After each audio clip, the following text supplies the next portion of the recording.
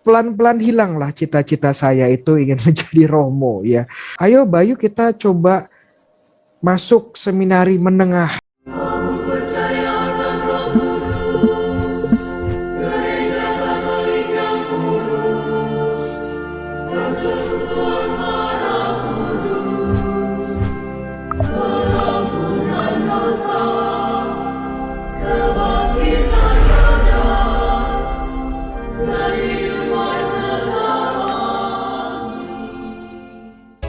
Salve sahabat Katoliko Keren, kembali lagi dalam channel Katoliko Keren. Hari ini kita masuk dalam episode spesial dari konten tentang tokoh inspiratif. Nah, sahabat Katoliko Keren, bintang tamu kita pada hari ini yaitu Romo Bayu Ruseno OP. Halo Romo, apa kabar? Halo, Shalom. Apa kabar? Sehat ya? Ya, sehat Romo. Ya, jadi sahabat Katoliko Keren, Romo Bayu Ruseno berasal dari kongregasi Orde Dominikan ya Romo, OP? Ya, betul ya, sekali. Orde Pewarta atau Dominikan. Iya.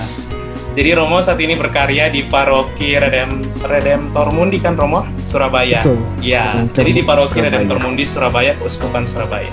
Jadi Romo, hari ini kita mau mengenal Romo lebih dekat lagi. Jadi bisa diceritakan Romo kisah panggilan dari Romo bagi kami. Iya, kisah panggilan cukup panjang. Oh, panjang Romo. Tapi saya mau coba ya singkat saja ya. Iya. Waktu kecil, wah, jadi ini dari awal kecil ya. Nggak waktu kecil. Saya punya banyak cita-cita sebenarnya waktu kecil. Saya pengen jadi pemain bola ya, zamannya Ronaldo dulu ya. Zamannya Rivaldo. Kemudian saya pengen jadi pemain basket juga karena ya, idola saya juga Michael Jordan waktu itu ya. Saya juga pengen jadi pilot ya, bisa terbang kemana-mana. Ya, tapi salah satu idola saya atau cita saya waktu kecil ya, usia TK itu juga pengen jadi Romo. Ya, pengen jadi imam. Karena saya terinspirasi oleh pastor paroki saya waktu itu. Ya, saya dari Bandung. Ya, keluarga di Bandung, jadi masa kecil saya di Bandung dan waktu itu ada Romo paroki kami itu paroki Santa Odilia, Cicadas, Bandung, dan yang bertugas di sana adalah Romo-Romo OSC sebenarnya. Dan ada satu Romo di sana yang sangat jenaka ya, dan dia sangat perhatian dengan umatnya.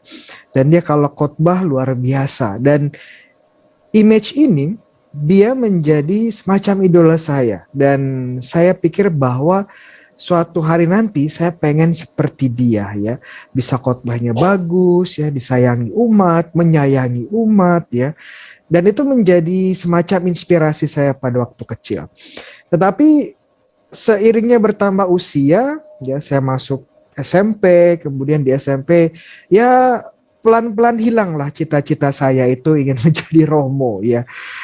Yang mulai pacaran, terus ya punya mimpi-mimpi lain ya, masuk SMA biasa, mulai kuliah, kerja, dan bangun keluarga ya. Pada umumnya lah seperti itu. Tapi waktu saya kelas 3 mau lulus terus mau masuk ke SMA, ada teman baik saya yang mengatakan, ayo Bayu kita coba masuk seminari menengah ya. Waktu itu dia pengen masuk seminari menengah Mertoyudan di Magelang ya, punya Keuskupan Agung Semarang.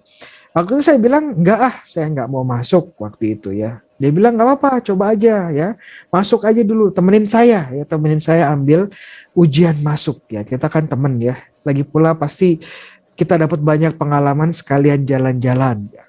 Mendengar kata jalan-jalan ya saya senang.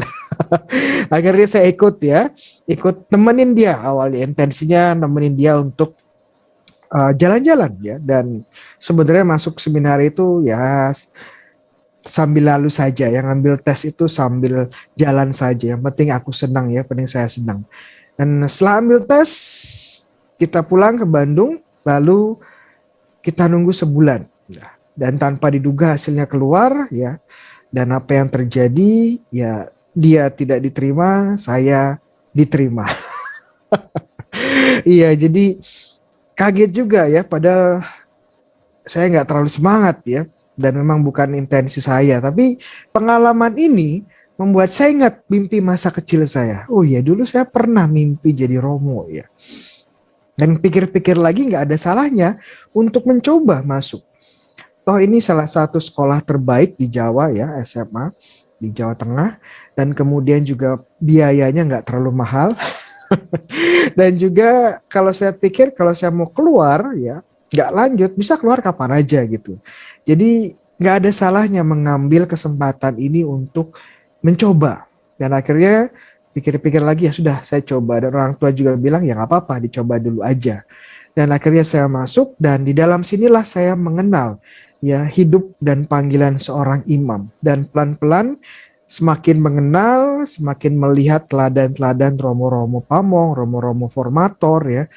Kok bisa ya hidup tidak menikah, hidup sederhana ya, kok bahagia gitu ya.